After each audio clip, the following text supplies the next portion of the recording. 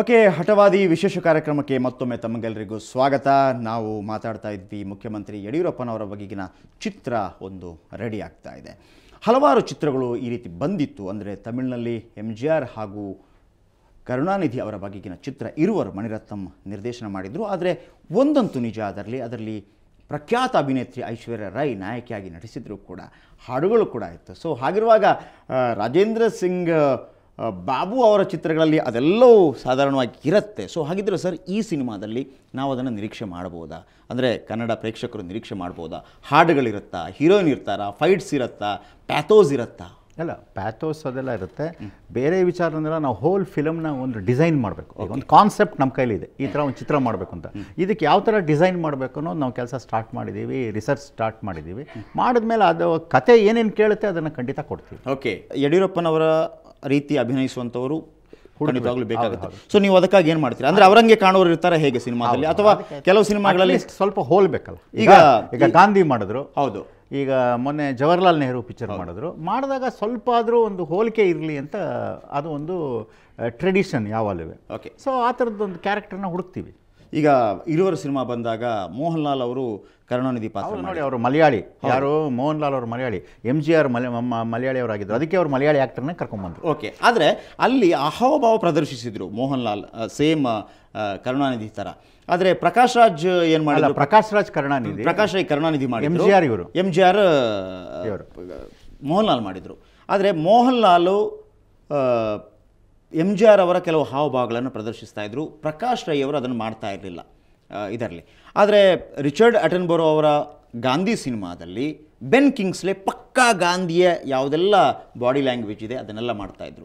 So ಅದನ್ನೆಲ್ಲ ಹೊಸ ಒಂದು ನಟನ ಹತ್ರ ಮಾಡಿಸುವಾಗ ಹೇಗಾದಿತ್ತು? ಖಂಡಿತ ಅದಕ್ಕೆ ಹತ್ತಿರವಾಗಿರಬೇಕು. ಆಮೇಲಿಂದ ಆ ಹಾವಭಾವಗಳೆಲ್ಲ ಬೇಕಾಗುತ್ತೆ. ಆವಾಗಲಿಂದ ರಿಯಾಲಿಟಿ ಆಫ್ ದಿ ಕ್ಯಾರೆಕ್ಟರ್ ಬರೋದು. ನಾವು ಯಾವುದೋ ಕತೆ ಮಾಡ್ಬಿಟ್ಟು ಅದು ಯಡಿಯೂರಪ್ಪನವ್ರ ಕತೆ ಆಗಲ್ಲ, ಬೇರೆ ಕತೆ ಆಗ್ಬಿಡುತ್ತೆ. ಆದ್ದರಿಂದ ಅದಕ್ಕೆ ಹತ್ತಿರವಾಗೇ ಇರಬೇಕು ನಾವು. ಯಾಕೆಂದರೆ ನಮಗೀಗ ಅವ್ರ ಹೀರೋ. ನಾನು ಹೇಳೋದು ಅಂತ ಹೇಳಿದ್ರೆ, ಒಂದು ಕ್ಯಾರೆಕ್ಟರ್ಗೆ ತಗೊಂಡ ಯಡಿಯೂರಪ್ಪನವ್ರನ್ನ ಒಂದು ಸ್ವಲ್ಪ ಹಾಗಿಡೋಣ.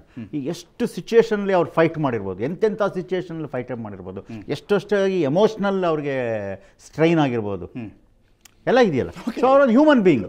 ಸೊ ಹಾಗೆ ಒಂದು ಹ್ಯೂಮನ್ ಬೀಯಿಂಗ್ ಕ್ಯಾರೆಕ್ಟರ್ ಥರ ತೊಗೊಂಡೋಗೋಣ ಅವರು. ಓಕೆ, ಇದಕ್ಕಿಂತ ಭಾಳ ಇಂಟ್ರೆಸ್ಟಿಂಗ್ ಮತ್ತೊಂದು ಏನು ಅಂತಂದರೆ, ಅವರ ಲೈಫಲ್ಲಿ ಸಾಧಾರಣವಾಗಿ ಒಂದು ಫಿಲ್ಮ್ ಅಂತ ಹೇಳುವಾಗ, ಒಂದು ಕಮರ್ಷಿಯಲ್ ಫಿಲ್ಮ್ ಅಂತ ಹೇಳುವಾಗ ಒಂದು ವಿಲನ್, ಎರಡು ವಿಲನ್ ಹೀಗಿರುತ್ತೆ. ಇದು ಆ ಪರಿಸ್ಥಿತಿಗೆ ಅನುಗುಣವಾಗಿ ಬೇರೆ ಬೇರೆ ರೀತಿಯಲ್ಲಿ ಅವರು ಹೋರಾಡಿದಂಥ ಸಂದರ್ಭದಲ್ಲಿ, ಅಥವಾ ಪ್ರತಿಪಕ್ಷ ನಾಯಕರು, ಅಥವಾ ಬೇರೆ ಬೇರೆ ಪಕ್ಷಗಳ ಅಧ್ಯಕ್ಷರು, ಸೊ ಅವರ ಹೋಲಿಕೆಗಳು ಹೇಗಿರುತ್ತೆ ನೋಡೋಣ. ಕಥೆನಲ್ಲಿ ಏನು ಕೇಳುತ್ತೆ ಅದನ್ನು ಮಾಡಬೇಕಾಗುತ್ತೆ ನಾವು. ಯಾಕೆಂದರೆ ಇದು ಒಂದು ನಡೆದ ನೈತಿಕ ಘಟನೆ ನೋಡಿ. ಈಗೆಲ್ಲ ಹಿಂದೆ, ಈಗ ಪಾಸ್ಟ್ ಹಿಸ್ಟ್ರಿ ಅದೀಗ, ಇವತ್ತಿಂದ ಹಿಂದಿರು ಏನಾಗಿದೆ ಅದೆಲ್ಲ ಒಂದು ಚರಿತ್ರೆ ತಾನೆ.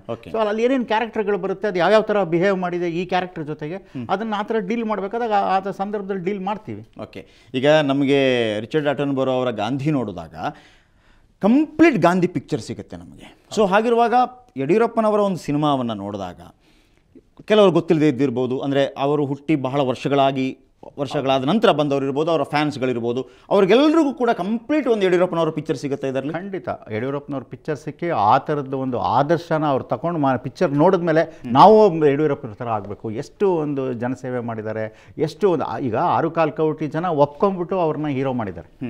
ಈಗ ಅವ್ರಿಗೆಲ್ಲ ಹೀರೋನೇ ಅವರು. ಓಕೆ, ಸೊ ಹಾಗೆ ಅವರು ಆ ಮಾಡಿರೋ ಕರ್ತವ್ಯ ಕೆಲಸಗಳು, ಅವರ ಬೇಕಾದಷ್ಟು ಯೋಜನೆಗಳು ಎಲ್ಲ ಈಗ ನಡೀತಾನೆ ಇದೆ.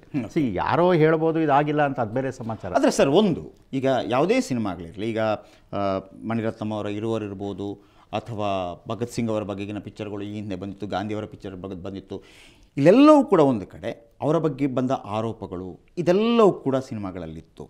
ಸೊ ಓಕೆ, ನೀವು ಪಾಸಿಟಿವ್ ಆಗಿ ಸಿನಿಮಾ ಮಾಡ್ತಿದ್ರಿ, ಆದರೆ ವಾಸ್ತವಾಂಶಕ್ಕಿಂತ ನಮಗೆ ದೂರಕ್ಕೆ ಹೋಗೋಕ್ಕಾಗೋದಿಲ್ಲ. ನೀವು ಹೇಳ್ತಾ ಇದ್ರೆ ಅವರು ಗೆದ್ದಿದ್ದಾರೆ, ಎಲ್ಲವನ್ನು ಕೂಡ ಗೆದ್ದಿದ್ದಾರೆ. ಓಕೆ, ರೈಟ್, ನಿಮ್ಮ ಅದೊಂದು ಸಿನಿಮಾದ ಒಂದು ಟೋಟಲ್ ನಮ್ಮ ಟಾರ್ಗೆಟ್ ಏನಿರುತ್ತೆ ಅನ್ನುವಂಥದ್ದು. ಆದರೆ ಕೆಲವು ಆರೋಪಗಳೆಲ್ಲ ಬಂದಿರುತ್ತಲ್ಲ, ಅದನ್ನು ಏನು ಮಾಡ್ತೀರಿ? ಆರೋಪಗಳು ಯಾವುದು ಸಾಬೀತಾಗಿಲ್ವಲ್ಲ. ಓಕೆ, ಆದರೆ ಸಾಬೀತಾಗಿಲ್ಲ, ಅದು ನೀವು ಅದನ್ನು ತೋರಿಸುವಂಥದ್ದು. ಆದರೆ ನಾವು ತೋರ್ಸೋಕ್ಕಾಗಲ್ಲ. ಸಾಬೀತಾಗಿಲ್ಲ, ನಾವು ಹೆಂಗೆ ತೋರ್ಸೋಕ್ಕಾಗೋಣ? ಅದು ಆರೋಪಾಗೇ ಇರುತ್ತೆ. ಓಕೆ, ಈಗ ಯಾವುದು ಕಮಿಟ್ ಆಗಿಲ್ವಲ್ಲ ಆರೋಪ ಅಂತ. ಓಕೆ, ಈಗ ಆರೋಪ ಕಮಿಟ್ ಆದ್ರೆ ತಾನೇ ಆರೋಪ ಅಂತ ಹೇಳಕ್ಕಾಗುತ್ತೆ. ಈಗ ನಾನು ಸುಮ್ಮನೆ ನಿಮ್ಮನ್ನು ಹೇಳ್ಬಿಡ್ಬೋದು, ಬಟ್ ಅದು ಪ್ರೂವ್ ಆಗಬೇಕಲ್ಲ ಆರೋಪ ಅಂತ. ಅದು ಆರೋಪ ಯಾವುದು ಪ್ರೂವ್ ಆಗಿಲ್ವಲ್ಲ. ಪೇಪರ್ ಮೇಲೆ ಇದೆ ಅವೆಲ್ಲ ಅಷ್ಟೇನೆ. ನಾವು ಹಾಗೆ ಪೇಪರ್ ಮೇಲೆ ಇಡ್ತೀವಿ ಅದನ್ನು. ಓಕೆ, ರೇಣುಕಾಚಾರ್ಯ ಅವರಿಗೆ ನೀವು ಕೂಡ ಅವರ ಕಂಪ್ಲೀಟ್ ರಾಜಕೀಯ ಜೀವನ, ಎಸ್ಪೆಷಲಿ ಅವರು ಮುಖ್ಯಮಂತ್ರಿ ಆದ ನಂತರ, ಅದಕ್ಕಿಂತ ಮೊದಲು ಕೂಡ ನಿಮ್ಮ ಬಾಂಧವ್ಯ ಚೆನ್ನಾಗಿ ಇತ್ತು? 1990ರಿಂದ ನಮ್ಮ ಅವರ ಬಾಂಧವ್ಯ ಇತ್ತು. ಆದರೆ ಒಂದು ಸಾರ್ವಜನಿಕವಾಗಿ ಅದು ಬಹಳ ದೊಡ್ಡ ರೀತಿಯಲ್ಲಿ, ಅಂದರೆ ಒಂದು ಮಾಧ್ಯಮಗಳ ಮೂಲಕ ಇರ್ಬೋದು, ರೇಣುಕಾಚಾರ್ಯ ಮತ್ತು ಯಡಿಯೂರಪ್ಪನವರ ಒಂದು ಸಂಬಂಧಗಳು ಎಲ್ರಿಗೂ ಗೊತ್ತಾಯಿತು. ಆದರೆ ಇಲ್ಲಿ ಕೆಲವೊಂದು ಕಡೆ ಅವ್ರ ಜೊತೆ ನಿಮಗೆ ವಿರಸಗಳಾದಾಗ, ನೀವು ಕೂಡ ಕೆಲವು ರೀತಿಯ ಟೀಕೆಗಳನ್ನು ಅವರ ಮೇಲೆ ಮಾಡಿದಾಗ, ಇದೆಲ್ಲ ಒಂದು ಪ್ರೊಡ್ಯೂಸರ್ ಆಗಿ ರೇಣುಕಾಚಾರ್ಯ ಅವರ ಆ ಟೀಕೆಗಳೆಲ್ಲವೂ ಕೂಡ ಬರುತ್ತಾ? ನೋಡಿ, ನಿರ್ದೇಶಕರು ಸಂದರ್ಭಕ್ಕನುಗುಣವಾಗಿ ಯಾವುದನ್ನು ಅಲ್ಲಿ ಚಿತ್ರವನ್ನು ನಿರ್ಮಿಸ್ಬೇಕಂತ ತೀರ್ಮಾನ ಮಾಡ್ತಾರೆ, ಅದರ ಆಧಾರದ ಮೇಲೆ ಅದೆಲ್ಲ ಇರುತ್ತೆ. ಓಕೆ, ಇದು ಗುರು ಕಾಣಿಕೆನಾ ಯಡಿಯೂರಪ್ಪನವರಿಗೆ ನಿಮ್ಮದು? ಗುರು ಕಾಣಿಕೆ ಅಲ್ಲ, ನನಗೆ ಪ್ರೇರಣೆ ಇದು. ಓಕೆ. ಆದರೆ ಮತ್ತೊಂದು ಆರೋಪಗಳು ಕೂಡ ಇವತ್ತು ನಾನು ಹೇಳದೇ ಇದ್ರೂ ನಾಳೆ ಬಂದೇ ಬರುತ್ತೆ ರೇಣುಕಾಚಾರ್ಯ ಅವರು, ಅದನ್ನು ನಾನು ಇವತ್ತೇ ಹೇಳ್ತೀನಿ. ಇದು ತಮ್ಮ ಮಂತ್ರಿ ಸ್ಥಾನವನ್ನು ಉಳಿಸ್ಕೊಳ್ಳೋದಕ್ಕೆ ಬೇಕಾಗಿ ಯಡಿಯೂರಪ್ಪನವರನ್ನು ಈ ಕಾಮನ್ ಭಾಷೆಯಲ್ಲಿ ಹೇಳೋದು ಅಂದರೆ ಬಕೆಟ್ ಹಿಡಿಯೋದು ಅಂತಾರಲ್ಲ, ಅದು ಆಗಿರ್ಬೋದಾ? ನನ್ನ ಜೀವನದಲ್ಲಿ ಯಾವತ್ತೂ ಬಕೆಟ್ ಹಿಡಿಯೋ ಪದ್ಧತಿ ಇಲ್ಲ. ಯಡಿಯೂರಪ್ಪನವ್ರಿಗೆ ಅದು ಇಷ್ಟ ಇಲ್ಲ. ಓಕೆ. ಅವರಿಗೆ ಯಾವತ್ತೂ ಸತ್ಯಾಂಶ, ವಾಸ್ತವಾಂಶ ನಿಷ್ಠುರವಾದಿಯವರು.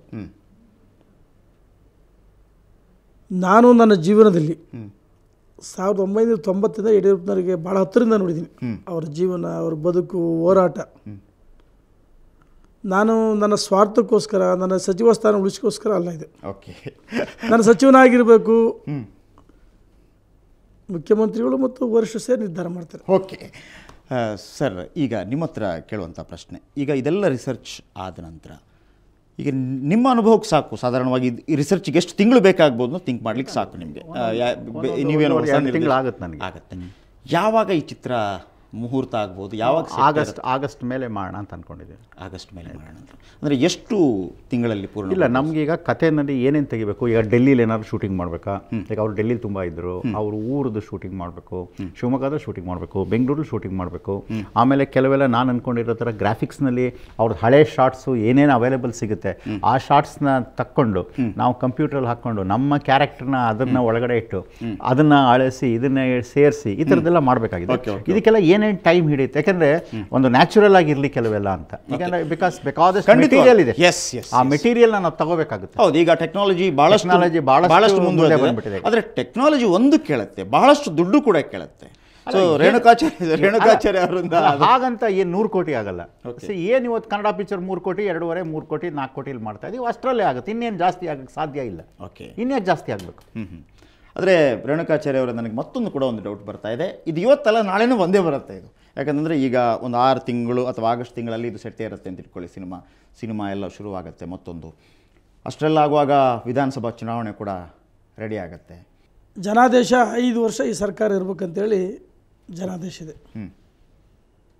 ಕಳೆದ 3 ವರ್ಷಗಳಲ್ಲಿ ಈ ಸರ್ಕಾರವನ್ನು ಅಸ್ಥಿರ ಮಾಡಬೇಕಂತೇಳಿ ವಾಮ ಮಾರ್ಗದ ಮುಖಾಂತರ ಸರ್ಕಾರವನ್ನು ಪತನ ಆಗಬೇಕಂತೇಳಿ ಸಾಕಷ್ಟು ಶಕ್ತಿಗಳು ಪ್ರಯತ್ನ ಮಾಡಿದ್ವು.